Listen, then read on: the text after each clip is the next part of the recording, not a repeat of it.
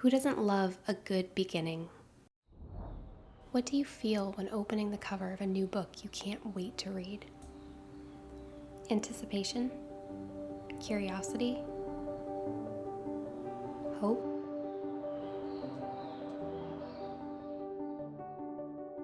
Do you remember the first book you loved? One that promised from its very first pages a story you'd want to follow and left you with an ending that was unforgettable. For too many children, the beginning of their story is one marked by a lack of support for their families and communities, financial instability, and few high-quality educational opportunities. Many children have no books at home, and their schools don't have the funding to maintain a library, if there's one at all. Public libraries are constantly under the threat of budget cuts that reduce hours and services. The majority of investments in education begin too late. The window of early childhood closes quickly. And without books, without building a foundation for literacy, children are more likely to experience poor mental and physical health, not only in childhood, but in their adulthood too. In New York City, 1 out of every 10 public school children is experiencing homelessness or housing instability, which brings with it major disruptions to their educations. And less than half of NYC third graders are reading on grade level, which raises their chances of not graduating high school.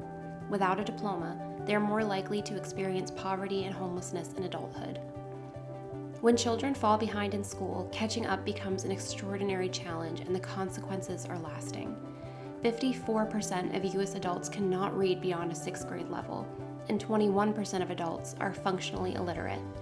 Imagine not being able to read your lease, your healthcare benefits, your job contract. This is not the story we want for our children.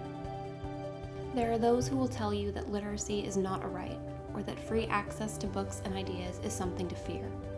Children of color and children from low-income communities bear the highest burdens under these systems, but all children suffer when we clear the shelves and dismantle the libraries through budget cuts, book bans, and closures. So, you're probably wondering, what can I do? One of the ways to make the biggest impact is to support the vital work we're doing at Books for Kids. We provide book collections and welcoming libraries for schools, shelters, and community centers. Support for teachers, family-focused events that acknowledge the special bonds between children and their families, story times that bring books to life and build children's skills and enthusiasm, books, literacy-building resources, and solidarity for families going through some of the most challenging moments of their lives: homelessness, loss, isolation.